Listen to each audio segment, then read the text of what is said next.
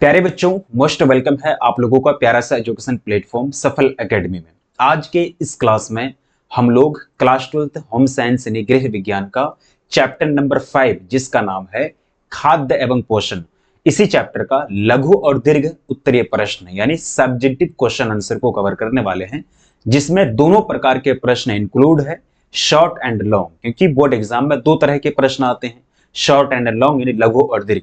इससे पहले इस चैप्टर का हम लोगों ने एक्सप्लेनेशन कवर किया है, class 12th home science chapter 5 by Safal academy, ऐसे करके सर्च करेंगे तो आपको वो वीडियो मिल जाएगा। इसका एक्सप्लेनेशन दो पार्ट में हुआ है, पार्ट 1 एंड पार्ट 2, या आप प्लेलिस्ट में भी जाकर के देख सकते हैं। सफल एकेडमी यूट्यूब चैनल का जो प्लेलिस्ट है, हर सब्जेक्ट का प्लेलिस्ट वहां सजी हुई है, सजा गया है, आपके टीम के द्वारा बना दिया गया है, वहां जाकर के आप देख सकते हैं।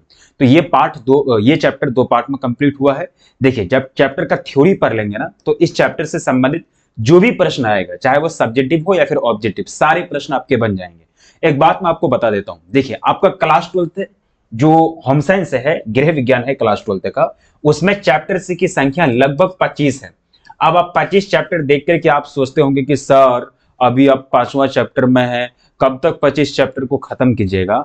तो सुनो, एक बात सुनो, शुरुआत के जो आपके 8 से 9 चैप्टर नहीं, लगभग आपका 11 से लेकर के 14 चैप्टर तक, शुरुआत के 11 से लेकर के 14 चैप्टर तक आपके इंपॉर्टेंट हैं। इंपॉर्टेंट कहने का मतलब ये हुआ कि ये चैप्टर कहलाने के लायक हैं।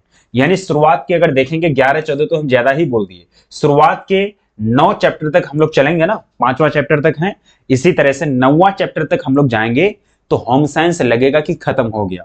क्योंकि 9वां 10वां चैप्टर के बाद जो चैप्टर है वो इतना छोटा छोटा चैप्टर है, मात्र 2 पेज 3 पेज करके एक चैप्टर में दिया गया है, मतलब एक टॉपिक को ही चैप्टर बना दिया है। अगर हम सिलेबस तैयार करते होम साइंस गृह विज्ञान का ना आप लोग का, तो हम 25 चैप्टर नहीं देते, हम गिन चुन करके 15 चैप्टर देते और बाकी 25 चैप्टर का जो कॉन्सेप्ट है उसको 15 चैप्टर के अंदर ही सिमेट देते। समझ गए? तो आपका नया सिलेबस में क्या किया है, देखिए एक एक टॉपिक को ही चैप्टर बना दिया है, तो चैप्टर का संख्या देख के आपको डरना नहीं है। अब लास्ट में जब हम पढ़ेंगे, जब 10 चैप्टर तक कंप्लीट हो जाएगा, तो अगला जो वीडियो आएगा चैप्टर 11 चैप्टर 12, तो एक वीडियो में एक क्लास खत्म, एक वीडियो में एक चैप्टर खत्म हो जाएगा, एक ही वीडियो में एक चैप्टर खत्म हो जाएगा। समझिए, क्योंकि छोटा छोटा चैप्टर है, ठीक है, और शुरुआत के ही चैप्टर बहुत इंपॉर्टेंट है और बहुत ज्यादा कॉन्सेप्ट दिया गया है, समझ गए, इसलिए हम लोगों को अच्छे से पढ़ना पड़ेगा। अब ये जो चैप्टर है खाद्य एवं पोषण, इसका एक्सप्लेनेशन आप लोग देख लिए होंगे, या फिर नहीं देखें तो सर्च कीजिए क्लास 12th होम साइंस खाद्य एवं पोषण chapter 5 by Safal academy. Chapter का नाम किसी तरह से भी लो, लेकिन लास्ट में आपको क्या लगाना है, बाय सफल एकेडमी लगाना, उस तरह से मिल जाएगा। क्लास को कवर कर लेना, फिर दोनों पार्ट को देखने के बाद इसका क्वेश्चन आंसर कवर कर लेंगे, ठीक है। तो यहां आपका सब्जेक्टिव क्वेश्चन जो है वो दोनों प्रकार के हैं, लघु और दीर्घ, क्योंकि दोनों प्रकार के क्वेश्चन आते हैं। चैप्टर नंबर 5 है, ठीक है। तो पहले हम लोग लघु उत्तरीय प्रश्नों को देखेंगे। ये देखो, 12th होम साइंस चैप्टर 5 खाद्य एवं पोषण, फूड एंड न्यूट्रिशन, लघु उत्तरीय प्रश्न, शॉर्ट क्वेश्चन, ठीक है। तो सबसे पहला प्रश्न हमारे स्क्रीन पर आया लघु उत्तरीय प्रश्न के अंतर्गत। देखिए, सबसे पहला प्रश्न मोस्ट इंपोर्टेंट है, काफी ज्यादा इंपोर्टेंट है आपके दृष्टिकोण से, है ना, एग्जाम के दृष्टिकोण से काफी ज्यादा इंपोर्टेंट है। अब देखिएगा, खाद्य पदार्थों के प्रमुख घटक कौन कौन से हैं, यानी खाद्य पदार्थ से मिलने वाली जो चीज है उसको कहते हैं घटक। जब आप चावल खाइएगा तो आपको कार्बोहाइड्रेट मिलेगा, कार्बोहाइड्रेट का पाचन के बाद उससे ऊर्जा मिलेगा जिससे आपका शरीर चलेगा। उसके बाद जब आप रोटी खाइएगा, जब आप मीट मछली खाइएगा तो प्रोटीन मिलेगा, जब आप फल वगैरह खाइएगा विटामिन मिलेगा, जब आप पालक साग सब्जी ये सब खाइएगा तो खनिज मिनरल्स मिलेगा। तो ये सब चीज जो मिलता है, यानी खाद्य पदार्थों के प्रमुख घटक, खाद्य पदार्थ के घटक किसको कहेंगे, यानी खाद्य पदार्थ से मिलने वाले प्रमुख तत्वों को हम लोग खाद्य पदार्थ के घटक कहेंगे। यानी जो भी चीज हम लोग खाते हैं उससे मिलने वाली चीजों को हम लोग घटक कहते हैं।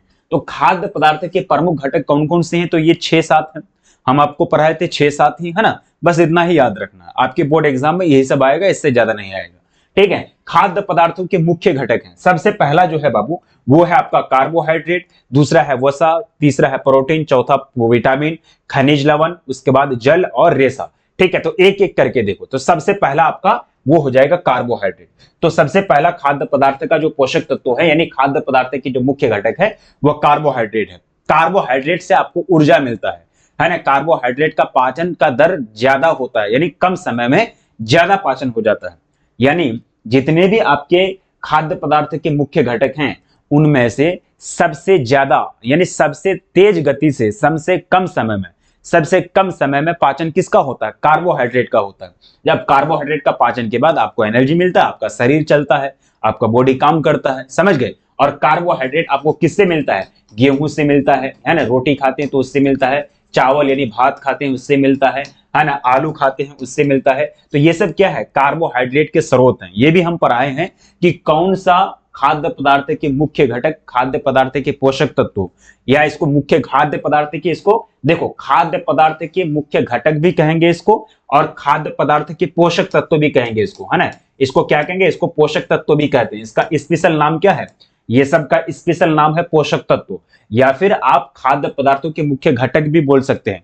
अगर आपको पूछेगा कि खाद्य पदार्थ के मुख्य घटक कौन कौन से हैं, या फिर पोषक तत्व मुख्यतः कौन कौन से हैं, तो यही सब का नाम लेना। पानी को ही जल कहते हैं, जल को ही नीर कहते हैं, है ना। एक चीज का एक नाम नहीं, अलग अलग नाम होता है। आपका भी घर में 2-3 नाम होगा, है ना, 2 तो जरूर होगा, ठीक है। एगो असली नाम, एगो प्रदेश नाम, ठीक है। जो गुस्सा में लोग, एगो परिवार के लोग गुस्सा में नाम रख देते हैं, है ना, जो सुनने में आपको काफी मजा आता होगा, कभी कभी गुस्सा आता होगा, ठीक है। तो हर चीज का 2 नाम होता है। तो पोषक तत्व भी इसी को कहते हैं, और खाद्य पदार्थ के मुख्य घटक भी इसी को कहते हैं, ठीक है। तो कार्बोहाइड्रेट से आपको ऊर्जा मिलता है, और सबसे तेज गति से पाचन, यानी सबसे कम समय में पाचन क्रिया के बाद, यानी सबसे कम समय में पचने के बाद, यानी पाचन क्रिया के बाद ऊर्जा कौन देता है? कार्बोहाइड्रेट देता है। यानी कार्बोहाइड्रेट का पाचन की दर सबसे ज्यादा होता है, समझ गए। लेकिन सबसे ज्यादा ऊर्जा जो मिलता है वो प्रोटीन से मिलता है, नहीं, वसा से मिलता है। सबसे ज्यादा ऊर्जा वसा से मिलता है। देखो 1 ग्राम वसा से 9 कैलोरी ऊर्जा मिलता है, समझ गए। तो सबसे ज्यादा ऊर्जा कौन सा पोषक तत्व से मिलता है? वसा से मिलता है। लेकिन कम समय में सबसे ज्यादा पाचन किसका हो जाता है? कम समय में पाचन किसका हो जाता है? कार्बोहाइड्रेट का हो जाता है। इसलिए कार्बोहाइड्रेट का हम लोग सेवन ज्यादा करते हैं। कार्बोहाइड्रेट गेहूं, चावल, आलू वगैरह से मिलता है। अब वसा जो है प्यारे बच्चों, वसा हमारे शरीर में टेम्परेचर को कंट्रोल करता है। वसा से ही हम लोग क्या करते हैं? अपने शरीर को मेंटेन करते हैं। जैसे कि वसा की अगर देखिएगा, तेल, सोयाबीन, है ना, तेल वगैरह खाइएगा, सोयाबीन खाइएगा, तो उससे क्या मिलेगा आपको? वसा मिलेगा, समझ गए। ये सब से वसा मिलेगा। उसके बाद प्रोटीन की बात करें, मीट मछली खाइएगा, मीट मछली, अंडा वगैरह, अंडा खाइएगा, दूध खाइएगा, तो उससे आपको क्या मिलेगा? प्रोटीन मिलेगा। अंडा दूध खाइएगा, उससे आपको प्रोटीन मिलेगा। और प्रोटीन का मुख्य काम क्या है? ये आपकी कोशिका विभाजन को वृद्धि करती है। कोशिका का विभाजन, देखो, शरीर का लंबाई और शरीर का चौड़ाई को बढ़ाने का काम प्रोटीन करता है। शरीर का लंबाई, शरीर का, ध्यान से सुनो, पढ़ा रहे हैं, पूछेगा ऑब्जेक्टिव ग्रुप में, एक एक पॉइंट पूछेगा, है ना। अरे भाई यहाँ सब्जेक्टिव क्वेश्चन है, सिर्फ इसी को हम पढ़ के निकल सकते हैं, लेकिन एक्स्ट्रा इतना जो बोल रहे हैं ना, ये सबको ध्यान में रखना। तो कोशिका विभाजन में कौन सहायक होता है? प्रोटीन होता है। इसलिए शरीर का लंबाई और चौड़ाई किसके कारण बढ़ता है? प्रोटीन के कारण। इसलिए छोटा बच्चा को प्रोटीन चाहिए, क्योंकि उसका शरीर का लंबाई और चौड़ाई बढ़ना होता है। अगर छोटा बच्चा को प्रोटीन नहीं मिलेगा, इतना छोटका बन के रह जाएगा वो, समझ गए। तो प्रोटीन क्या करता है? आपके कोशिका विभाजन में सहायक होता है। आप जानते हैं जीव जंतु का सबसे शारीरिक संरचना का सबसे छोटा इकाई क्या होता है? कोशिका होता है, समझ गए। और कोशिका का विभाजन में सहायक होता है ना। को जब बहुत सारे कोशिका मिल जाएंगे तो उससे टिश्यू बनेगा, जब बहुत सारे टिश्यू मिल जाएंगे उससे अंग बनेगा, जब बहुत सारे अंग मिल जाएंगे तो उससे जीव बनेगा, एक जंतु, जीव बनके यानी एक जंतु बनके तैयार होगा। पढ़े हैं 9th क्लास का बायोलॉजी में, यानी 9 क्लास में जब आप लोग थे बायोलॉजी में पढ़े होंगे। उसके बाद है विटामिन। तो विटामिन किससे मिलता है? विटामिन आपका फल और सब्जी से मिलता है। विटामिन जो मिलता है प्यारे बच्चों, फल और सब्जी से आपको विटामिन मिलता है। ये सब खाद्य पदार्थों के मुख्य घटक के बारे में पढ़ा रहे डिटेल्स में, समझ गए। अब विटामिन की अगर बात करें तो विटामिन कितने प्रकार के? A B C D E F, नहीं, K, A B C D E के, 1 3 दूने 6 प्रकार। तो विटामिन कितने प्रकार के होते हैं बाबू? 6 प्रकार के होते हैं, समझ गए। तो फल और सब्जी से आपको क्या मिलता है? विटामिन मिलता है। ये हमारे शरीर में पहले से नहीं होता है, बाकी ये सब शरीर में पहले से होता है। उसके बाद खनिज यानी मिनरल्स, पालक साग खाइए, है ना, तो ये सब से आपको क्या मिलेगा, खनिज मिलेगा, मिनरल्स मिलेगा, है ना। और विटामिन ए अगर आपके अंदर नहीं है तो आपको रतौंधे की बीमारी हो जाएगा। विटामिन बी अगर नहीं है, विटामिन बी की कमी हो जाएगी तो बेरी बेरी पकड़ लेगा। विटामिन सी की कमी से सकरवी यानी दांत मसूड़ा दर्द करने लगेगा। विटामिन डी का कमी होगा तो हड्डी कमजोर हो जाएगा, रिकेट्स पकड़ लेगा। विटामिन ई का कमी होगा तो जो आपका प्रजनन क्षमता है वो कम हो जाएगा। विटामिन के का कमी से आंख की रोशनी खत्म हो जाएगा, रोशनी कम हो जाएगी। समझ गए? तो ये सब चीज होता है। अब मिनरल्स किससे मिलेगा? आपको साग सब्जी से, है ना, वो सब चीज से मिलेगा। अब अगला है जल, तो जल आपको जल से मिलेगा, इसमें नॉर्मल सी चीज है, हर चीज में जल है, भोजन खाइएगा, फल खाइएगा, सब चीज में जल है। उसके बाद रेशा, फाइबर, है ना, इससे भी आपका क्या होता है, रेशा आपको किससे मिलता है? फल और सब्जी से मिलता है। ये सब चीज से आपका पोषक तत्व मिलते हैं। ये सब चीज, जब ये सभी पोषक तत्व आपको उचित मात्रा में मिलेगा तभी आपका शरीर का वृद्धि होगा। खाद्य पदार्थों के प्रमुख घटक यही सबको कहते हैं, और यही सबको हम लोग क्या कहते हैं? ये सबको एक और नाम दिया गया है जिसको कहते हैं पोषक तत्व। पोषक तत्व बोलेंगे या फिर खाद्य पदार्थ के प्रमुख घटक बोलेंगे, तो यही 7 चीज का नाम याद रखना, यही 7 का नाम याद रखिएगा। 7 का चीज का 7 ही है ना, तो 7 का नाम याद रखना है, और किसका काम क्या है, और ये सब चीज किस किस चीज में मिलता है, तो ये सब डिटेल्स में याद रहेगा, पूछेगा एग्जाम में तो डिटेल्स हम आप बढ़ा सकते हो। ठीक है, आप अपना लिख सकते हो। ठीक है, अब चलते हैं अगला क्वेश्चन। कार्बोहाइड्रेट के मुख्य स्रोत कौन से हैं? देखिए वही तो हम पता है अभी, है ना। तो कार्बोहाइड्रेट क्या है? एक पोषक तत्व है, यानी खाद्य पदार्थ के प्रमुख घटक है। कार्बोहाइड्रेट किससे मिलेगा? देखो, सबसे ज्यादा तेज गति से पाचन, यानी कम समय में सबसे ज्यादा पाचन किसका होता है? कार्बोहाइड्रेट का होता है, जिससे एनर्जी यानी ऊर्जा ज्यादा मिलता है। अब आपको पूछा गया कि कार्बोहाइड्रेट कौन कौन सा चीज से मिलता है, तो चावल, गेहूं, है ना, इसके बाद आलू, ये सब जो खाते हैं इसी से कार्बोहाइड्रेट मिलता है। जब आप आलू को काटिएगा तो आलू से पानी निकलता है ना, तो वो है कार्बोहाइड्रेट। समझ गए? वही है कार्बोहाइड्रेट। जब चावल को पीसिएगा, चावल को पीसने के बाद थोड़ा सा पानी निकलता है ना, वही है कार्बोहाइड्रेट। समझ गए? तो कार्बोहाइड्रेट के स्रोत, चावल से कार्बोहाइड्रेट मिलता है, गेहूं से, आलू से, शक्कर से, मक्का से, जौ से और मीठे फल से, है ना। तो ये सब चीज से आपको कार्बोहाइड्रेट की प्राप्ति होती है, और कार्बोहाइड्रेट हमारे शरीर में कम समय में एनर्जी ज्यादा देता है, इसलिए चावल जल्दी खाते हैं, जल्दी चावल पच जाता है, जल्दी एनर्जी मिल जाता है ना। अगर हम लोग वही क्या खाएंगे, हम लोग अगर वसा खाएंगे या फिर और कुछ खाएंगे तो जल्दी उसका पाचन नहीं होगा, जल्दी ऊर्जा नहीं देता है। समझ गए? तो अधिकतर आदमी चावल क्यों खाता है? अधिकतर आदमी चावल इसलिए खाता है क्योंकि जल्दी उसको एनर्जी मिल जाता है। चावल खाने से लगता है कि पेट भर गया और एनर्जी भी मिल गया। तो चावल खाने से जल्दी कार्बोहाइड्रेट मिलता है और जल्दी शरीर को ऊर्जा मिलता है। समझ गए? तो कार्बोहाइड्रेट, चावल, गेहूं, ये सब चीज से आपको कार्बोहाइड्रेट मिलेगा। ठीक है, अब देखो विटामिन के कितने प्रकार होते हैं, उदाहरण दीजिए। तो जस्ट मैंने आपको बताया ए बी सी डी ई के, है ना, ए B C D E K, vitamin A, vitamin B, vitamin C, vitamin D, vitamin E, vitamin K, है ना। तो विटामिन 6 प्रकार के होते हैं, है ना, आराम से लिख दो। ठीक है, तो विटामिन 2 प्रकार के। विटामिन कितने प्रकार के होते हैं? देखो विटामिन कितने प्रकार के होते हैं, यहाँ थोड़ा सा क्वेश्चन गलत लिखा गया। अब इसको थोड़ी आंसर थोड़ा सा उल्ट दूसरा तरीके से दिया गया। विटामिन जो होते हैं आपके 6 प्रकार के, 2 प्रकार आपका यहाँ है और 4 प्रकार आपका यहाँ है। सही लिखा गया, कोई दिक्कत नहीं। पहले अगर आप लिख देंगे विटामिन के प्रकार उस तो सही रहेगा, ए बी सी डी ई के, है ना। विटामिन के प्रकार लिख देना, उसके बाद में लिख देना कि जल में घुलने वाला और जल में वसा में घुलने वाला। ठीक है, तो ये जल में घुलनशील जो होता है बीसी, है ना, बीसी। देखो बीसी जो होता है वो चींटी को मारने के लिए बीसी नाम का एक, है ना, दवाई आता है। चींटी को मारने के लिए, चींटी सबको मारने के लिए बीसी नाम का एक दवाई आता है। तो बीसी जो होता है, विटामिन बी और विटामिन सी, वो जल में घुल जाएगा, है ना, पानी में बिल्कुल घुल जाएगा। जिस तरह से चीनी घुल जाता है तो विटामिन बी और सी पानी में घुल जाएगा। उसके बाद वसा में यानी फैट में जो घुलेगा, vitamin A, vitamin D, vitamin E, vitamin K, है ना, ये 4 प्रकार का विटामिन जो है वो आपका वसा में घुल जाता है। किसमें? फैट में, यानी वसा में घुलता है। ठीक है, तो आपको पूछेगा कि जल में घुलनशील विटामिन कौन सा है? Vitamin A, vitamin B, vitamin D, vitamin K, कौन सा दीजिएगा? विटामिन बी, है ना। तो सीधा याद रखना विटामिन बीसी, बीसी जल में घुलनशील, बीसी जल में घुलनशील। तो विटामिन कितने प्रकार के पूछे गए थे? 6 प्रकार के नाम लिख दीजिएगा पहले, ए बी सी डी ई के, है ना, ए बी सी डी ई के 6 प्रकार के विटामिन होते हैं। और जल में घुलने वाला 2 विटामिन, विटामिन बी और सी, और वसा में घुलने वाला ए डी ई के, है ना। तो ये सब वसा में घुलता है, ये सब पानी में नहीं घुलता है। और बीसी वाला जो है ये वसा में नहीं घुलता है। मतलब सिंपल सा समझो कि विटामिन बी और सी सिर्फ और सिर्फ पानी में ही घुलता है और ये वसा में नहीं घुलेगा। उसके बाद विटामिन ए, डी और के, ए, डी, ई, के, ये सिर्फ और सिर्फ वसा में ही घुलता है, पानी में नहीं घुलता है।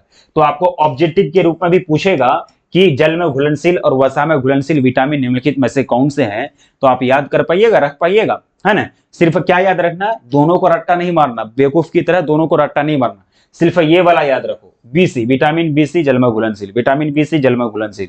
अब बाकी सब जो है उसको वसा में डाल दो, है ना। बाकी सब चारों प्रकार के विटामिन ए, डी, ई के उसको वसा में डाल दो, वो वसा में घुलनशील हो जाएगा, ठीक है। तो ये पूछेगा तो आराम से लिख देना। अगला क्वेश्चन देखो, पोषण क्या है भाई? पोषण का मतलब क्या होता है? सिंपल सा चीज है, यानी खाद्य पदार्थ को ग्रहण करके उससे ऊर्जा प्राप्त करना, जिससे हमारा शरीर का वृद्धि और विकास होता है, इसी प्रक्रिया को पोषण कहते हैं, है ना। खाद्य पदार्थ को ग्रहण करना, है ना, जिससे मेरा शरीर में ऊर्जा की प्राप्ति होती है, सभी प्रकार के पोषक तत्वों की प्राप्ति होती है और हमारा शरीर का वृद्धि और विकास होता है, इसी प्रक्रिया को पोषण कहते हैं, न्यूट्रिशन कहते हैं, है ना। तो लिख देना इसको, ठीक है। अब देखिएगा, पोषण वह प्रक्रिया है जिसमें शरीर भोजन से पोषक तत्वों को प्राप्त करके उसका उपयोग वृद्धि, विकास और शरीर की ऊर्जा आवश्यकताओं की पूर्ति के लिए करता है, उसी को हम लोग कहते हैं पोषण। पोषण एक प्रक्रिया है, यानी प्रोसेस है। ये क्या है? प्रोसेस है। इस प्रोसेस में क्या होता है? इस प्रोसेस में खाद्य पदार्थ को हम लोग ग्रहण करते हैं, यानी भोज्य पदार्थों को, चावल, दाल, जो गेहूं, रोटी, जो भी है, मुंह से हम लोग खाने वाली जितनी भी चीज है उसको हम लोग खाते हैं और उससे पोषक तत्वों की प्राप्ति करते हैं। कार्बोहाइड्रेट, वसा, प्रोटीन, जल वगैरह, ये जितना हम पोषक तत्व पढ़ाए, विटामिन वगैरह, सारे चीज की प्राप्ति करते हैं और उससे मेरा शरीर का वृद्धि और विकास होता है। इसी प्रक्रिया को, इसी प्रोसेस को हम लोग पोषण कहते हैं। समझ गए? तो पोषण में क्या क्या चीज शामिल हो जाएगा? पोषण की प्रक्रिया में क्या हो जाएगा शामिल, है ना। पोषण की प्रक्रिया में ग्रहण करना, भोजन ग्रहण करना, पोषण की प्रक्रिया में भोजन ग्रहण करना, है ना। उसके बाद क्या हो जाएगा शामिल? भोजन ग्रहण करना। उसके बाद भोजन का पाचन करना। उसके बाद भोजन का पाचन से पोषक तत्व की प्राप्ति करना, पोषक तत्व की प्राप्ति करना। ये सारा प्रक्रिया आपके किसमें सम्मिलित है? पोषण में सम्मिलित, पोषक तत्व की प्राप्ति करना। समझ गए? प्राप्ति करना, ये सारा प्रक्रिया आपका पोषण में सम्मिलित है। तो पोषण में सबसे पहले क्या होता है? पोषण की प्रक्रिया में सबसे पहले क्या होता है? भोज्य पदार्थों को मुंह से ग्रहण करते हैं, खाते हैं, उसके बाद पेट में उसका पाचन होता है, उसके बाद पाचन के बाद उससे पोषक तत्वों की प्राप्ति होती है और चौथा प्रक्रिया वृद्धि और विकास होता है ना। इसके फलस्वरूप वृद्धि व विकास होता है। तो एक सवाल आपसे बनता है, क्या बनता है आपका? ये सवाल बनता है, ये लिख लो, है ना, यहाँ नहीं लिखा गया लेकिन लिख लो। सबसे पहले पोषण की प्रक्रिया में 4 प्रोसेस शामिल है।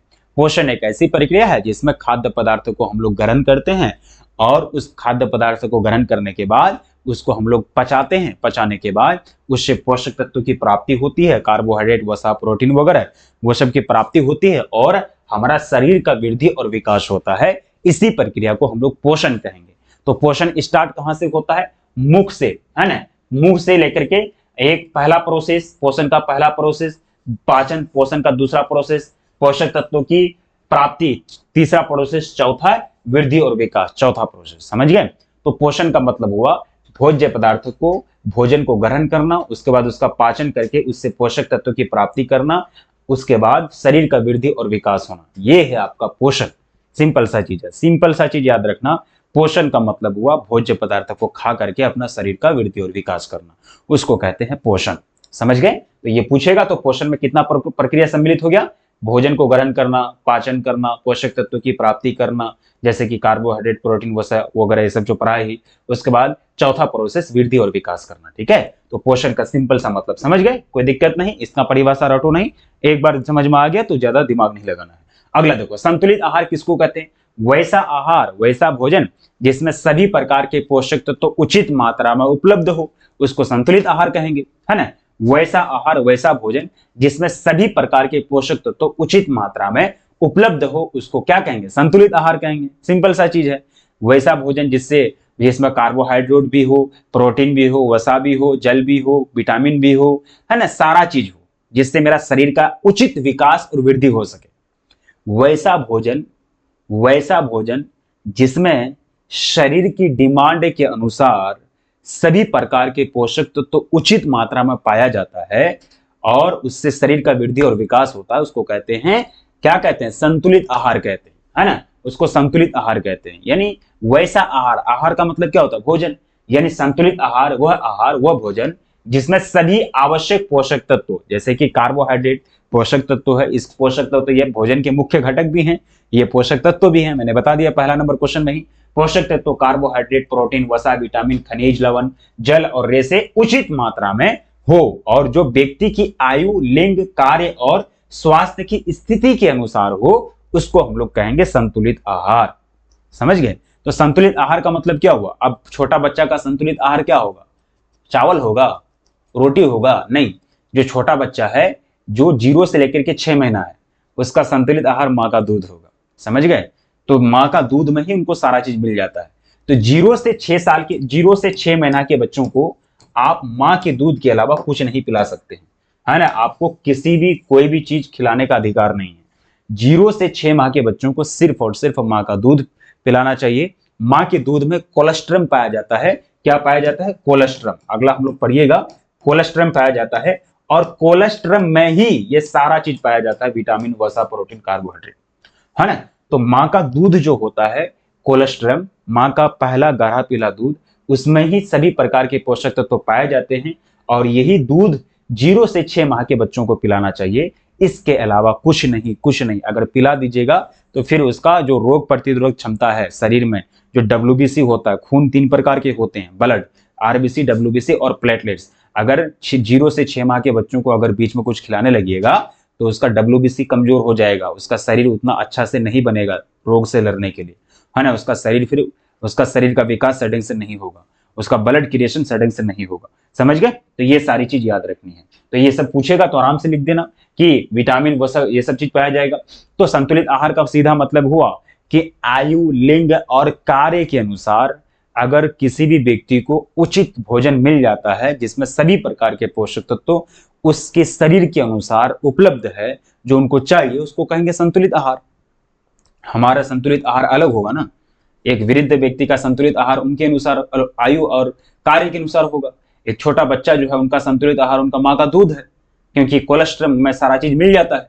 तो संतुलित आहार का मतलब हुआ वैसा आहार जिसमें व्यक्ति को उनके कार्य, उनकी आयु, उनकी लिंग के अनुसार सभी प्रकार के पोषक तत्व तो मिल जाते हैं, जिससे उनका शरीर का उचित वृद्धि और विकास होता है। उसी को हम लोग संतुलित आहार यानी बैलेंस डाइट कहते हैं। उसको क्या कहते हैं? बैलेंस डाइट, है ना? बैलेंस डाइट कहते हैं इसको। समझ गए? ये अगर पूछेगा तो आराम से लिख दोगे, कोई दिक्कत नहीं। Very good, well done. ठीक है? नहीं समझ में आएगा कमेंट सेक्शन में पिन कर देना, कमेंट कर देना, आगे अच्छे से समझाएंगे। अब देखो, अगला प्रश्न पूछा गया है कि जल शरीर के लिए क्यों आवश्यक है? भाई, टेम्परेचर को कंट्रोल करने के लिए, शरीर का तापमान को कंट्रोल करने के लिए, और शरीर में पाचन की क्रिया को बढ़ाने के लिए, है ना? इसीलिए जल आवश्यक है। सिंपल सा चीज है, छोटा बच्चा भी जवाब देगा कि जल शरीर के लिए क्यों जरूरी है। तो जल शरीर के लिए इसलिए जरूरी है कि ताकि शरीर का तापमान नियंत्रित रहे, शरीर का टेम्परेचर यानी तापमान नियंत्रित रहे, और जो पेट में जो पाचन सिस्टम है, पाचन क्रिया है, वो सही ढंग से हो। इसलिए जल चाहिए। समझ गए? तो ये देखिए, जल पाचन में मदद करता है, शरीर की गर्मी नियंत्रित करता है यानी तापमान नियंत्रित करता है ना? अपशिष्ट पदार्थों को बाहर निकालता है ना? अपशिष्ट पदार्थों को भी बाहर निकालता है, और कोशिकाओं तक पोषक तत्व पहुंचाने में सहायता करता है, और ब्लड क्रिएशन में यानी खून के निर्माण में, रक्त के निर्माण में भी सहायता करता है। इसलिए ये चाहिए, है ना? अब सिंपल सा चीज है, जल शरीर के लिए क्यों जरूरी है, क्यों आवश्यक है? तो बच्चा जवाब देगा, आराम से बच्चा जवाब देगा कि सर, शरीर का तापमान को कंट्रोल करने के लिए शरीर हीट हो जाता है, गर्म हो जाता है, प्यास लगती है, इसलिए चाहिए। साथ ही साथ जो एक तरह से पाचन की प्रक्रिया है वो चाहिए, है ना? इसलिए चाहिए ताकि पाचन की प्रक्रिया हो सके, शरीर का तापमान नियंत्रित हो सके, और अपशिष्ट पदार्थों को बाहर निकालने के लिए भी क्या चाहिए? जल चाहिए। और कोशिकाओं तक यानी जीव जंतु का सबसे छोटा इकाई जो होता है कोशिका, कोशिकाओं तक पोषक तत्वों को पहुंचाने के लिए भी जल चाहिए। समझ गए? तो जल का बहुत सारा प्रोसेस है। शरीर में जल के अलावा कुछ हो सकता है क्या? जल के बिना कोई काम होगा शरीर में? नहीं ना। तो बिना जल का तो कुछ होगा नहीं, इसलिए शरीर में जल को होना जरूरी है। जल शरीर के लिए क्यों आवश्यक है? तो ये जवाब दे देना, ये शॉर्ट में जवाब दे देना, शॉर्ट में पूछेगा तो। ठीक है? इस तरह से तो आंसर दे सकते हो, यस या नो। Very good. अब देखो, अगला क्वेश्चन हमारे स्क्रीन पर पूछा गया है कि शरीर में फाइबर यानी रेशा का कार्य क्या? हाँ, ये क्वेश्चन गुड है। अब देखो, फाइबर यानी रेशा का काम। देखो, आगे कह रहा है कि फाइबर पाचन की क्रिया को ठीक करता है, कब्ज से बचाता है, और आंतों को स्वस्थ रखता है। यह शरीर में शुगर और कोलेस्ट्रॉल को भी नियंत्रित रखता है। देखिए फाइबर का काम क्या है। फाइबर की बात करें तो ये हमारे पाचन की क्रिया को ठीक रखता है। शरीर में अगर फाइबर की प्राप्ति नहीं होगी, जो भी पोषक तत्व हैं उससे अगर फाइबर की प्राप्ति नहीं होगी तो हमारा जो डाइजेस्टिव सिस्टम है, पाचन तंत्र है, वो सही ढंग से काम नहीं करेगा। समझ गए? इसलिए फाइबर चाहिए, रेशा चाहिए। और ये कब्ज को रोकता है, यानी पाचन सिस्टम जो गड़बड़ हो जाता है उसको गड़बड़ होने से रोकता है। और आंतों को यानी स्वस्थ रखता है। यानी जो आपका किडनी है ना, जो किडनी है बाबू, यानी दो गो जो किडनी है, एक गो हमको दे देना तो हम गरीब हो गए, बेच लेंगे, है ना। एक गो किडनी हमको निकाल के दे दीजिएगा आप लोग तो, है ना। एक गो किडनी निकाल के हमको भेज दीजिएगा पार्सल करके, सर लीजिए हम ना गरीब हो गए हैं, ठीक है, इसलिए एक गो किडनी निकाल के आप लोग दे दीजिएगा। तो ये क्या करता है, आपके किडनी को, आपके आंतों को स्वस्थ रखने का काम करता है। कौन? यानी फाइबर। समझ गए? अगला देखो, अगला हमारे स्क्रीन पर आया कि प्रोटीन के क्या कार्य हैं। तो मैंने कई बार बता दिया कि शरीर, जीव जंतु का शरीर जो है उसका सबसे छोटा इकाई क्या है? कोशिका है। और कोशिका विभाजन में सहायक होता है प्रोटीन। इसलिए मैंने कहा कि छोटे बच्चों को प्रोटीन की सबसे ज्यादा आवश्यकता होती है, क्योंकि प्रोटीन का काम है शरीर की लंबाई और चौड़ाई को बढ़ाना, यानी शरीर को बढ़ाना, वृद्धि और विकास करना। देखिएगा, प्रोटीन शरीर की मांसपेशियों, त्वचा और अंगों का निर्माण और मरम्मत में मदद करता है ना। मांसपेशी, त्वचा और अंग बनाएगा, मतलब कोशिका बनेगा तब न बनेगा। अरे सबसे, जीव जंतु का सबसे छोटा इकाई कोशिका होता है। और कोशिका किससे बनता है? प्रोटीन से बनता है। देखो प्रोटीन से बनेगा कोशिका, देखो प्रोटीन से बनेगा कोशिका, है ना। प्रोटीन से बनेगा क्या? कोशिका बनेगा। और बहुत सारा कोशिका मिलके क्या बनेगा? उत्तक बनेगा। बहुत सारा उत्तक मिलके क्या बनेगा बाबू? अंग बनेगा, है ना। बहुत सारा अंग मिलके बनेगा जंतु, यानी जीव जंतु बनेगा। समझ गए? तो हमारा अंदर प्रोटीन से कोशिका बनता है, कोशिका से उत्तक बनता है, उत्तक से अंग बनता है, अंग से जंतु बनता है। ये 9th क्लास का बायोलॉजी में आप लोग पढ़े हैं। उत्तक क्या होता है, अंग क्या होता है, जीव जंतु क्या होता है। समझ गए? तो प्रोटीन जो है हमारे शरीर में कहीं भी टूट फूट हो जाए, कहीं कट वगैरह जाए, तो उसको मरम्मत करने में प्रोटीन मदद करता है। समझ गए? और साथ ही साथ प्रोटीन हमारे मांसपेशियों को बढ़ाने में, हमारे त्वचा और अंगों का निर्माण करने में सहायक होता है। और प्रोटीन शरीर के विकास और रोगों से लड़ने के लिए भी सहायक होता है। बहुत सारा काम है, ये तो मेन काम हम बताए कि शरीर के वृद्धि और विकास के लिए प्रोटीन होना आवश्यक है। समझ गए? और प्रोटीन से ऊर्जा भी मिलता है, प्रोटीन से ऊर्जा भी मिलता है। सबसे ज्यादा ऊर्जा आपको प्रोटीन से मिलता है ना। सबसे ज्यादा ऊर्जा वसा से मिलता है, प्रोटीन से मिलता है और कार्बोहाइड्रेट से मिलता है। याद रखना, प्रोटीन जो है प्यारे बच्चों, प्रोटीन आपको दाल से मिलेगा, सोयाबीन से मिलेगा। प्रोटीन कहां से मिलेगा? दाल से मिलेगा प्रोटीन, सोयाबीन से मिलेगा प्रोटीन, है ना। उसके बाद दूध से मिलेगा प्रोटीन। ये सब चीज से क्या मिलता है? प्रोटीन मिलता है। सोयाबीन से अभी आपको प्रोटीन मिलता है। तो प्रोटीन का काम क्या है, समझ गए? अब देखो, वसा कितने प्रकार के होते हैं? अगला प्रश्न, वसा कितने प्रकार की होती है और इसके स्रोत क्या हैं? देखो, वसा जो होते प्यारे बच्चों, वो 2 प्रकार के होते हैं। वसा का काम क्या है? वसा आपको सोयाबीन और तेल से मिलता है। यानी सोयाबीन और तेल खाने से आपको क्या मिलेगा? वसा मिलेगा। अब वसा जो है 2 प्रकार के होते हैं, वनस्पति वसा, पशु वसा। समझ गए? यानी वनस्पति वसा माने पेड़ पौधे के फल से जो वसा मिलेगा उसको कहेंगे वनस्पति वसा, और जो पशु से मिलेगा उसको पशु वसा कहेंगे। सिंपल सा चीज है। यानी जैसे सरसों का तेल और सोयाबीन का तेल, है ना, वो है आपका वनस्पति वसा। वसा किससे मिलता है? तेल से मिलता है। सरसों का तेल आप लोग, अरे सरसों का खेती नहीं करते? अभी आएगा दिसंबर जनवरी में, जब तोरी, है ना, सरसों का तेल, सरसों यानी तोरी बुनिएगा आप लोग, है ना, फूल वगैरह लाइएगा, तो वो है सरसों का तेल से आपको वनस्पति वसा मिलता है। और उसके बाद जैसे कि घी और मक्खन दूध से बनता है, जानवर का दूध से, तो ये आपका पशु वसा हो जाएगा।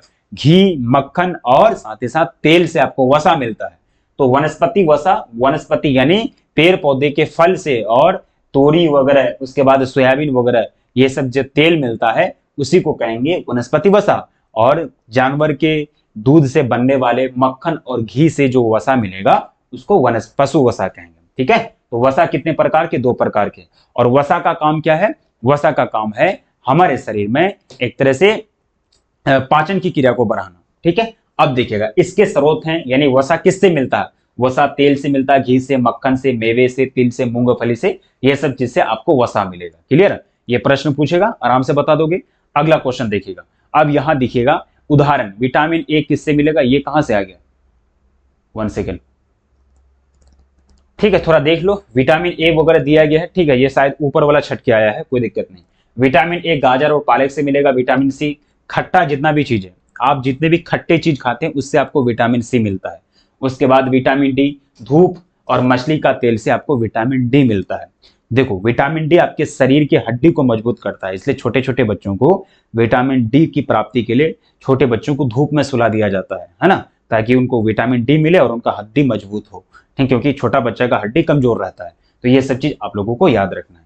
क्लियर? तो ये पूछेगा कि ये सब आपको हो गया। अगला देखो, खनिजों के कार्य क्या है, अलग अलग काम पूछा गया। तो खनिज के कार्य क्या है? तो खनिज शरीर की हड्डियों, दांतों को मजबूत करते हैं, खून बनाने में मदद करते हैं और शरीर की क्रियाओं को नियंत्रित करते हैं। ठीक है, तो ये हो जाएगा खनिज। खनिज हड्डियों, दांतों को मजबूत करते हैं, यानी हड्डी को मजबूत करने का कार्य आपका कौन करता है? यानी खनिज करता है। समझ गए? जैसे कि कैल्शियम, फास्फोरस, आयरन, आयोडीन, ये सब क्या है? आपके खनिज के एग्जाम्पल है। समझ गए? आपको फास्फोरस और कैल्शियम, देखो कैल्शियम आपके शरीर में अगर कम होगा तो आपका हड्डी में, जोड़ों में दर्द होगा। हड्डी का जहां जहां बोन्ड है, जहां जहां जोड़ा है, वहां दर्द होगा। ठीक है, इसलिए कैल्शियम, फास्फोरस और आयरन ये बहुत बड़ी चीज है। खनिजों के कार्य क्या क्या है? हड्डी को मजबूत करना। और खनिज के उदाहरण कौन है? फास्फोरस, आयरन, आयोडीन, कैल्शियम, ये सब क्या है? खनिज के एग्जाम्पल है। ठीक है, अब अगला देखिएगा, आयरन की कमी से क्या रोग होता है? एनीमिया होता है। यानी अगर आयरन, खून की कमी हो जाएगी, आयरन की रोग से खून की कमी होती है। आयरन की कमी से एनीमिया यानी खून की कमी हो जाती है। इससे थकान, चक्कर आना, कमजोरी जैसी समस्याएं होती है। यानी जब आयरन आपके शरीर में नहीं रहेगा, लोहा खनिज आपके शरीर में कम पाया जाएगा, तो आपके शरीर में खून नहीं बनेगा। जब खून नहीं होगा तो आपको ताकत थोड़ा ना मिलेगा। जब खून नहीं रहेगा, जब आपके शरीर में खून नहीं बनेगा, ब्लड नहीं बनेगा, तो आपके शरीर में ताकत आएगा? नहीं आएगा ना, तो आप कमजोर हो जाइएगा। तो यानी लोहा की कमी से क्या होता है? तो एनीमिया होता है। लोहा की कमी से एनीमिया, विटामिन ए की कमी से रतौंधी, विटामिन बी की कमी से बेरीबेरी, विटामिन सी की कमी से सकरवी, विटामिन डी की कमी से रिकेट्स। तो कई बीमारी होती है, किसी भी चीज का कमी हो जाए तो बीमारी आपको पकड़ लेगा। इसलिए वैसा भोजन खाना चाहिए, यानी संतुलित आहार खाना चाहिए हम लोगों को, जिसमें सारे प्रकार के पोषक तत्व हम लोगों को उचित मात्रा में मिल जाए। ठीक है, ये चीज हो गया। अब अगला देखिएगा, अगला की बात करते हैं, प्रोटीन की कमी से कौन कौन सा रोग हो सकता है, या फिर प्रोटीन की कमी से क्या क्या बीमारी होती है, ये पूछा गया आपको। देखो, प्रोटीन की बात करें प्यारे बच्चों, ये क्या करता है? प्रोटीन हमारे शरीर में कोशिका विभाजन में मदद करता है, यानी शरीर का वृद्धि और विकास में, शरीर का लंबाई और चौड़ाई बढ़ाने में प्रोटीन मुख्य योगदान देता है। ठीक है, अब देखो, प्रोटीन की कमी से क्वाशियोकोर, है ना, और मेरास्मस नामक रोग होता है, जिससे बच्चे कमजोर, पतले और विकास में पीछे रह जाते हैं। यानी प्रोटीन की कमी से आपका शरीर में जो हड्डी है वो कमजोर हो जाएगा, है ना। प्रोटीन की कमी से क्वाशियोकोर होता है, किसमें? बच्चों में, और ये बड़े लोगों में रिकेट्स होता है।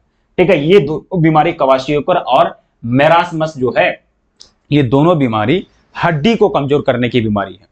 ये दोनों बीमारी हड्डियों को कमजोर करने की बीमारी है। अजय सर, थोड़ा सा ना नीचे देख लीजिए, कि रात है, गेट खुल रहा है, कौन कौन है नहीं है वो देख लीजिएगा। थोड़ा सा गाड़ी वगैरह रखी हुई है, जिम्मेदारी है, जाइएगा। ठीक, तो ये सब चीज समझ में आ रही है? यस या नो? प्रोटीन की कमी से क्या चीज हो जाएगा? प्रोटीन की कमी से क्या क्या चीज होगा? बात समझ में आ रही है? चलो, बहुत अच्छा, वेरी गुड।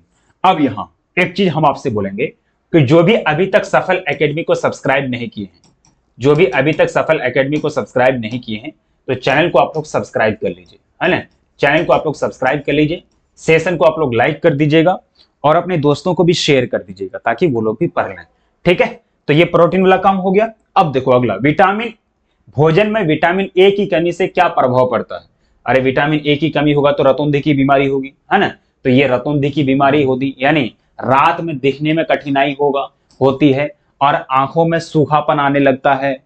हाँ, यानी विटामिन ए आपको गाजर से मिलता है। गाजर खाइएगा ना, गाजर, तो आंख की रोशनी बढ़ेगी। बोलता है ना कि गाजर खाओ जिससे आंख की रोशनी बढ़ेगी, तो मतलब क्या हुआ? गाजर खाने से आपको विटामिन ए मिलता है, और विटामिन ए रहेगा तभी आपको दिखाई देगा सेटिंग से, अन्यथा दिखाई नहीं देगा। तो विटामिन ए की कमी से रतौंधी होता है, जो रात में देखने में कठिनाई होती है और आंखों में सूखापन आ जाता है, आंख खोलने का मन नहीं करता है। समझ गए? तो ये रतौंधी जो होता है ये विटामिन ए की कमी के कारण होता है। और बेटे रतौंधी का क्या लक्षण है? आपको रात को दिखाई नहीं देगा। और विटामिन ए का सबसे बड़ा स्रोत, सबसे बेस्ट स्रोत जो होता है वो होता है गाजर। गाजर का हलवा, है ना, फेमस हो गया ना, गाजर का हलवा, याद है? अरे गाजर का हलवा इंटरव्यू कौन ले रहे थे? गाजर का हलवा खिलाए कि नहीं, है ना, हाल ही में हुआ था कि नहीं? कौन? ये सब चीज है। तो आपका ये 13वां नंबर क्वेश्चन हो गया। अगला देखिएगा, छोटा छोटा क्वेश्चन है, बहुत अच्छे से बन जाएगा, ज्यादा टेंशन नहीं लेना है। अगला देखो, संतुलित आहार बनाते समय किन किन बातों का ध्यान रखना चाहिए? जब आप संतुलित आहार बनाएंगे, परिवार के लिए, सदस्यों के लिए संतुलित आहार बनाएंगे तो क्या क्या ध्यान रखिएगा?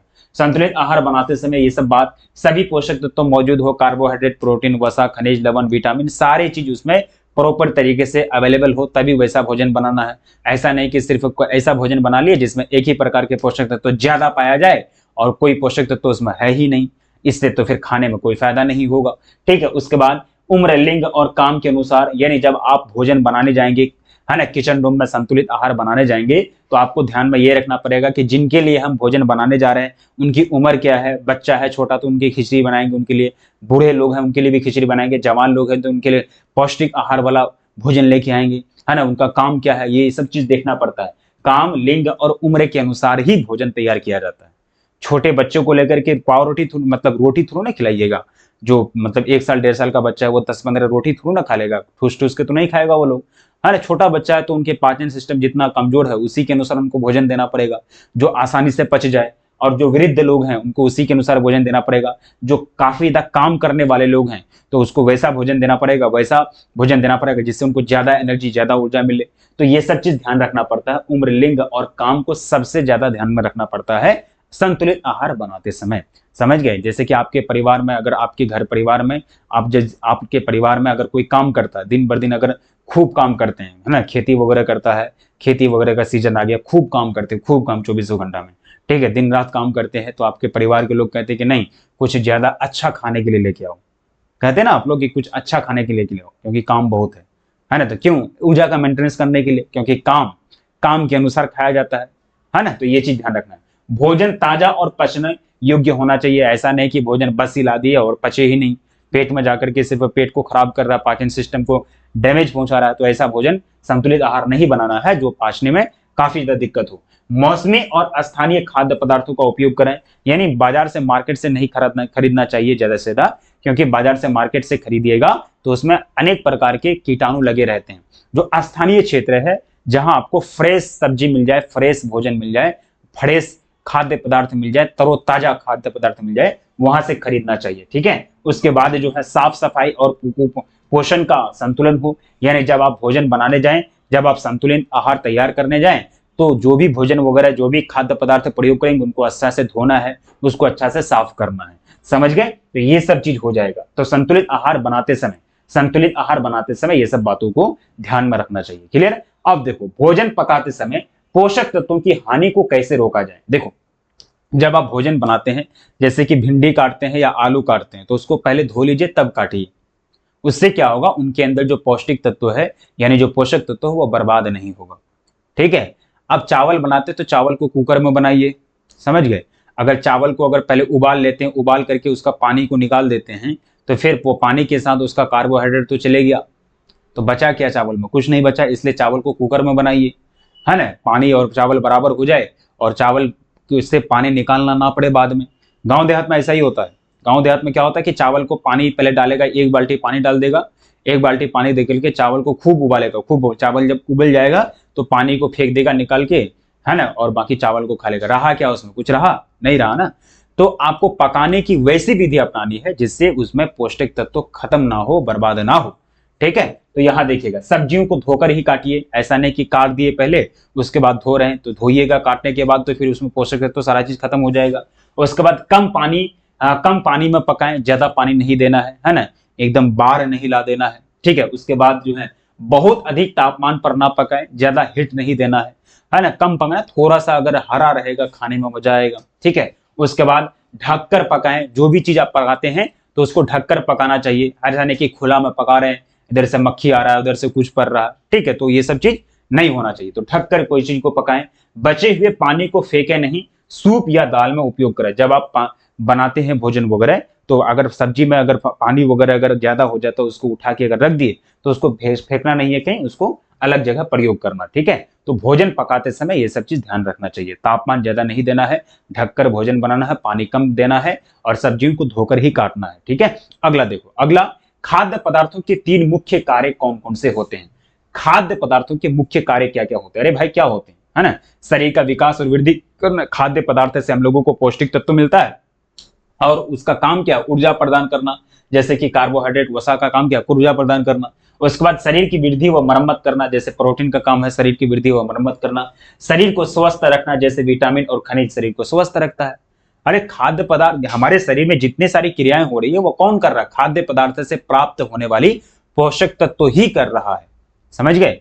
खाद्य पदार्थ से प्राप्त होने वाले पोषक तत्वों से ही हमारे शरीर में सारी क्रियाएं संपन्न होती है, ठीक है। तो ये चीज अगर पूछेगा कि खाद्य पदार्थों के 3 मुख्य कार्य कौन कौन से होते हैं, तो ऊर्जा प्रदान करना ये खाद्य पदार्थ का काम है। कौन खाद्य पदार्थ? खाद्य पदार्थ की कौन सा घटक, कौन सा पोषक तत्व? कार्बोहाइड्रेट और वसा करता है। शरीर की वृद्धि और मरम्मत कौन करता है? प्रोटीन करता है। ये कोशिका बनाता है, तब हमारा शरीर का वृद्धि होता है। वृद्धि का मतलब लंबाई और चौड़ाई बढ़ता है। उसके बाद कहीं कट फट जाए तो प्रोटीन काम आता है उसको मेंटेनेंस करने में। उसके बाद शरीर को स्वस्थ रखने का काम विटामिन और खनिज करता है, ठीक है। तो ये अगर पूछेगा 8-7 पूछेगा, अगर आराम से बना देना। अगला देखो, मोटापा क्या है? खूब खा लो, है ना, है ना। जो जो आपके परिवार में है, आप लोग लड़ाई करके खा लेते हैं सबका खाना, खाने में एकदम आगे रहो, काम करने में जीरो, ठीक है। तो इससे क्या होगा? मोटापा आएगा कि नहीं आएगा? देखो, जब शरीर में वसा की मात्रा सामान्य से अधिक हो जाती है और वजन आवश्यकता से ज्यादा हो जाता है, उसी स्थिति को मोटापा कहते हैं, है ना। खा लीजिएगा, भैंस की तरह खाइएगा हर दिन ठूस ठूस के, तो आपका शरीर मोटापा होगा कि नहीं होगा? तो ज्यादा, इसी को कहते हैं मोटापा। ज्यादा खाने से आपका शरीर में कार्बोहाइड्रेट, वसा वगैरह, चर्बी वगैरह बढ़ जाता है, जिससे आपका वजन काफी ज्यादा बढ़ जाता है, उसी को कहते हैं मोटापा, है ना। मोटू भाई, है ना, मोटू पतलू आप लोग देखे होंगे, ये चीज हो जाएगा, ठीक है। अब देखो, प्रोटीन ऊर्जा कुपोषण क्या है? प्रोटीन ऊर्जा कुपोषण, पीईएम, ठीक है। प्रोटीन एनर्जी कुपोषण, इसको कहते हैं मिलेन्यूट्रिएंट्स, हम पढ़ाए हैं एक्सप्लेनेशन में, ठीक है। ये एक प्रकार का कुपोषण है जो प्रोटीन और ऊर्जा की कमी के कारण होती है। इसके 2 प्रकार, मरेस्मस और क्वार्सिकस, ठीक है, ये तो हम पढ़ाए हैं। प्रोटीन और ऊर्जा की कमी के अनुसार मरेस्मस और क्वार्सियोकोर जो होता है, ये दोनों रोग होता है आपका कुपोषण के कारण, और ये दोनों रोग का प्रभाव आपके शरीर के हड्डियों में पड़ता है। शरीर के हड्डी इसमें कमजोर हो जाते हैं। तो प्रोटीन ऊर्जा कुपोषण का मतलब हुआ प्रोटीन और ऊर्जा की कमी से होने वाले कुपोषण को प्रोटीन ऊर्जा कुपोषण कहते हैं। यानी शरीर में प्रोटीन और ऊर्जा की कमी से होने वाले कुपोषण को प्रोटीन ऊर्जा कुपोषण कहते हैं। सिंपल सा चीज है, ठीक है। तो ये क्या होता? प्रोटीन और ऊर्जा कम होगा तो आपका क्वार्सियोकोर होगा, मरेस्मस होगा, है ना। इससे आपका शरीर का हड्डी काफी ज्यादा कमजोर हो जाएगा। अगला देखिएगा, खाद्य संरक्षण का क्या महत्व है। खाद्य संरक्षण का मतलब हुआ खाद्य पदार्थों को फ्यूचर के लिए, भविष्य के लिए संरक्षित करके रखना। जैसे कि गोदाम में आलू रखा जाता है, कोल्ड स्टोर में आलू रखा जाता है ना। उसके साथ साथ आलू जो है, बाढ़ के सीजन में तो आलू का खेती नहीं होता है, तो अल्लू कहां से आता है? आलू नहीं, अल्लू इसको अल्लू बोलता है बच्चा सब। उसको क्या बोलते हैं? अल्लू बोलते हैं, ठीक है। उसको क्या बोलते हैं? अल्लू बोलते हैं। तो अल्लू का मतलब क्या हुआ? अल्लू का मतलब आलू हुआ, ठीक है। ये चीज याद रखो। अब एक चीज यहां समझना, अब यहां क्या समझना है कि ये जो खाद्य संरक्षण का क्या महत्व है। तो खाद्य संरक्षण से भोजन को अधिक समय तक सुरक्षित रखा जा सकता है। खाद्य संरक्षण से भोजन को लंबे समय तक सुरक्षित यानी प्रोटेक्ट रखा जा सकता है। जैसे कि आप फ्रिज में मीट मछली वगैरह रखते हैं, सब्जी वगैरह रखते हैं, तो लंबे समय तक रहता है, उसी को कहते हैं खाद्य संरक्षण। खाद्य संरक्षण का मतलब हुआ खाद्य पदार्थों को फ्यूचर के लिए, भविष्य के लिए बचा करके रखना। कोल्ड स्टोर में आलू को 6 महीना, 7 महीना, साल भर रखा जाता है, तो वहां क्या हो रहा है? खाद्य संरक्षण हो रहा है, जिससे भोजन की बर्बादी कम होती है और पूरे वर्ष पोषण उपलब्ध रहता है। यानी पोषण के लिए खाद्य पदार्थ उपलब्ध रहता है, इसी को कहते हैं खाद्य संरक्षण। इसका महत्व है ना। अगला देखिएगा, आयरन की कमी से कौन सी बीमारी होती है? तो आयरन की कमी से एनीमिया यानी रक्त की कमी होती है। है ना, जिससे थकान, कमजोरी और चक्कर आने जैसे लक्षण होते हैं। आयरन की कमी से आपका एनीमिया होता है, रतौंधी होती है ना, जिससे थकान वगैरह आने लगता है, ये सब चीजें। अगला देखिएगा, विटामिन डी की कमी से कौन सा रोग होता है भाई? विटामिन डी की कमी से रिकेट्स होता है बच्चों में, और ऑस्टियोमेलेसिया, ऑस्टियोमेलेसिया बड़े लोगों में, ऑस्टियोमेलेसिया जैसे हड्डियों से संबंधित रोग होते हैं। विटामिन डी अगर बच्चों में कमी आएगा तो विटामिन डी बच्चों में कमी आने के कारण उसमें रिकेट्स होगा, और विटामिन डी अगर बड़े लोगों में कमी आएगा तो उसको ऑस्टियोमेलेसिया, ऑस्टियोमेलेसिया आता है हड्डियों की कमी के, हड्डी कमजोर हो जाता है। ये सिंपल सा चीज है, विटामिन डी की कमी के कारण बड़े लोगों में ऑस्टियोमेलेसिया और छोटे लोगों में, छोटे बच्चों में रिकेट्स होता है। ये दोनों बीमारी हड्डी को कमजोर कर देता है। और विटामिन डी का मुख्य स्रोत क्या है दुनिया में? सूरज की रोशनी। विटामिन डी का मुख्य स्रोत क्या है? सनराइज यानी सनलाइट। विटामिन डी का मुख्य स्रोत क्या है बाबू? सनलाइट, समझ गए? तो सूर्य की रोशनी विटामिन डी का मेन सोर्स है, मुख्य स्रोत है, ठीक है। तो ये चीज आपका सब्जेक्टिव क्वेश्चन था, आपका शॉर्ट टाइप क्वेश्चन था। ये क्या था भाई? शॉर्ट टाइप क्वेश्चन था, समझ गए? उम्मीद है ये सब चीज आपको समझ में आ रहा होगा। कोई दिक्कत अगर आ रही है तो आप कमेंट सेक्शन में बता सकते हो कि यस या नो, समझ में कोई दिक्कत आ रही है। अब प्यारे बच्चों, मैं आप लोगों से रिक्वेस्ट करूंगा कि जो भी अभी तक चैनल को सब्सक्राइब नहीं किए हैं तो आप लोग चैनल को सब्सक्राइब कर लीजिए, ताकि अगला क्लास का नोटिफिकेशन आप लोगों को मिल जाए, है ना। चैनल को सब्सक्राइब कर लीजिए, सेशन को आप लोग लाइक कर दीजिएगा, और अपने दोस्तों को जम करके आप लोगों को शेयर कर देना, ठीक है। सेशन को लाइक कर दीजिएगा, जम करके अपने दोस्तों को शेयर कर देना है, ताकि सारे लोग जुड़ जाएंगे और अच्छी तरीके से पढ़ाई करने लगेंगे, ठीक है। तो ये सारी चीजें। अब देखो हम लोग लॉन्ग टाइप क्वेश्चन में चलते हैं। लॉन्ग टाइप क्वेश्चन किस तरह का पूछेगा? वही सब जो सब शॉर्ट में पढ़ा है ना, तो वही सब को घुमा फिरा के लॉन्ग में पूछेगा। तो यहाँ लॉन्ग टाइप क्वेश्चन में सबसे पहला प्रश्न आया, क्या पूछा है ध्यान से देखिए। कह रहा है कि संतुलित आहार की विशेषताएं एवं महत्व स्पष्ट कीजिए। तो भाई संतुलित आहार के बारे में तो जानते ही है, संतुलित आहार की क्या विशेषता है? उसमें सभी प्रकार के पोषक तत्व उचित मात्रा में पाया जाता है, जिससे शरीर का वृद्धि और विकास उचित समय पर उचित ढंग से होता है ना। यही है संतुलित आहार, बैलेंस्ड डाइट। तो इसमें सभी प्रकार के पोषक तत्व उचित मात्रा में पाए जाते हैं, कार्बोहाइड्रेट, वसा, प्रोटीन, खनिज, लवण, विटामिन, सारे चीज मैनेजिंग यानी सारे चीज परफेक्ट तरीके से पाया जाता है, उसी को कहेंगे हम लोग संतुलित आहार। ये व्यक्ति की आयु, लिंग और कार्य के अनुसार होता है, यानी संतुलित आहार जो तैयार किया जाता है व्यक्ति का कार्य को देख करके, व्यक्ति का लिंग यानी मेल फीमेल को देख करके, उनका आयु के देख करके तैयार किया जाता है। ये रोगों से लड़ने की शक्ति देता है, यानी संतुलित आहार आपके शरीर में इम्यूनिटी पावर को बूस्ट करता है ना। यह ऊर्जा वृद्धि और मरम्मत के लिए आवश्यक है ना। ऊर्जा यानी शरीर को ऊर्जा मिले, शरीर का वृद्धि हो, और शरीर में जो भी मरम्मत का काम है ये उसके लिए बहुत ही जरूरी है संतुलित आहार, ठीक है। अगला है इनका महत्व क्या है भाई? तो संतुलित आहार का महत्व शरीर और मानसिक विकास के लिए काफी ज्यादा इंपॉर्टेंट है। शरीर में रोग प्रतिरोधक क्षमता यानी जिसको इम्यूनिटी पावर कहते हैं वो बढ़ रहे, है ना। ये आपको बढ़ना, शरीर में रोग प्रतिरोधक क्षमता को बढ़ाने के लिए जरूरी है आपकी आपका डब्ल्यूबीसी मजबूत हो, है ना। क्योंकि आपके खून 3 प्रकार के होते हैं, आरबीसी, डब्ल्यूबीसी और प्लेटलेट्स। तो आरबीसी, डब्ल्यूबीसी, प्लेटलेट्स। तो डब्ल्यूबीसी जितना ज्यादा मजबूत होगा, खून जितना ज्यादा मजबूत होगा, डब्ल्यूबीसी उतना ज्यादा आपको बीमारी से लड़ने का शक्ति प्राप्त होगा, है ना। जिसका डब्ल्यूबीसी कमजोर है वो जल्दी बीमार पड़ जाता है ना। कोई भी कीटाणु उनके अंदर जाएगा, कोई भी रोगाणु उनको जल्दी अपना पकड़ में ले लेगा। जिसका डब्ल्यूबीसी मजबूत है तो मतलब उनके अंदर रोग प्रतिरोधक क्षमता ज्यादा है। तो आप संतुलित आहार खाइएगा तो रोग प्रतिरोधक क्षमता बढ़ेगा। मोटापा, कुपोषण, एनीमिया आदि से बचाता है ना। संतुलित आहार अगर खाइएगा तो मोटापा नहीं होगा, है ना, कम मोटा होइएगा। कुपोषण, कोई भी बीमारी नहीं होगी पोषण से संबंधित, है ना। कोई भी अगर खाद्य पदार्थ खाइएगा,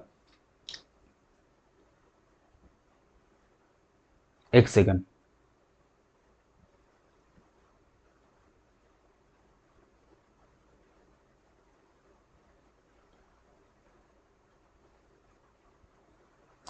कौन क्या कमेंट कर रहा है?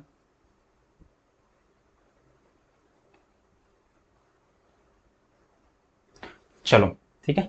तो आप अगर संतुलित आहार लेंगे तो मोटापा, कुपोषण, एनीमिया यानी कोई भी बीमारी आपको नहीं होगा। गर्भवती महिला, बच्चों को अत्यंत आवश्यक है संतुलित आहार, बच्चों को, क्योंकि विकास होता है और गर्भवती के पेट में बच्चे का विकास होता है, तो बच्चों के विकास के लिए संतुलित आहार होना बहुत जरूरी है, ठीक है। अगला क्वेश्चन देखिए, कुपोषण के प्रकारों को लिखिए। कुपोषण 2 प्रकार के होते हैं। कुपोषण के प्रकार, एक होता है अल्पपोषण। अल्पपोषण की बात करें तो इसमें क्या होता है, पोषक तत्वों की कमी से होता है ये। उदाहरण जैसे कि कवासियकोर, एनीमिया, मरम्मस, ये सब आपका अल्पपोषण के अंतर्गत आता है। एक होता है अतिपोषण, कम खाइएगा तो अल्पपोषण होगा, ज्यादा खाइएगा तो अतिपोषण होगा, यानी पोषक तत्वों की अधिकता से होती है। उदाहरण के लिए मोटापा, उच्च रक्तचाप, मधुमेह। ज्यादा खाइएगा, कम खाइएगा, बैलेंस में खाइएगा, ज़्यादा नहीं खाइएगा, जानवर के जैसा नहीं खाना है, यानी इंसान के अनुसार खाना है।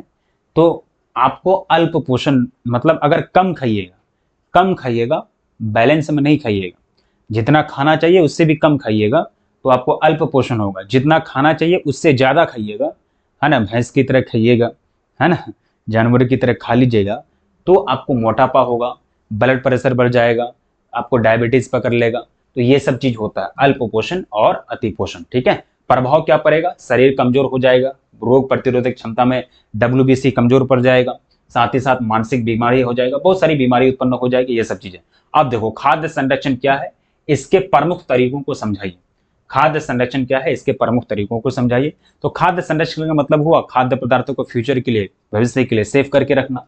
आलू को कोल्ड स्टोर में रखा जाता है ना, फ्रिज में सब्जी वगैरह रखते हैं, वही है खाद्य संरक्षण।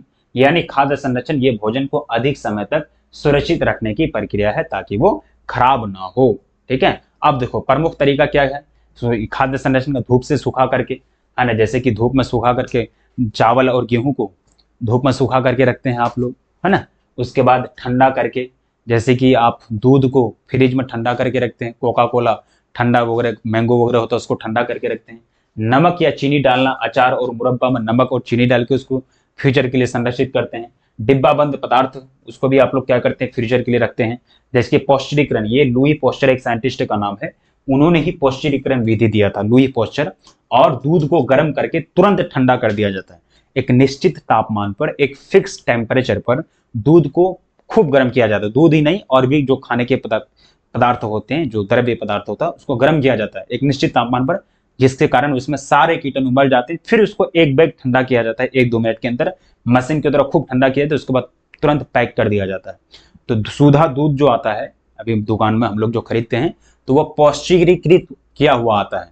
तो लुई पॉस्चर, साइंटिस्ट का नाम है लुई पॉस्चर, उसी के नाम पर इस विधि का नाम रख दिया गया पौष्टिकीकरण विधि। तो पौष्टिकीकरण विधि से भी आपका खाद्य संरक्षण होता है। महत्व क्या है खाद्य संरक्षण का, भोजन की बर्बादी कम होगी, अल्प आपातकाल में भोजन उपलब्ध मिल जाएगा। जब सारी चीज खत्म हो जाएंगे, बाढ़ वगैरह आ जाएगा, फिर भी आपको आलू मिल जाता है दुकान में, क्यों, क्योंकि उसको संरक्षित करके कोल्ड स्टोर में रखा गया है। पूरे वर्ष पोषण संबंधित मतलब सुरक्षित रहता है। यह सब चीज आप लोगों को याद रखना है। पूछेगा क्या पूछा था क्वेश्चन, खाद्य संरक्षण क्या है, इसके प्रमुख तरीके क्या है, ये सब चीज आपको बता देना।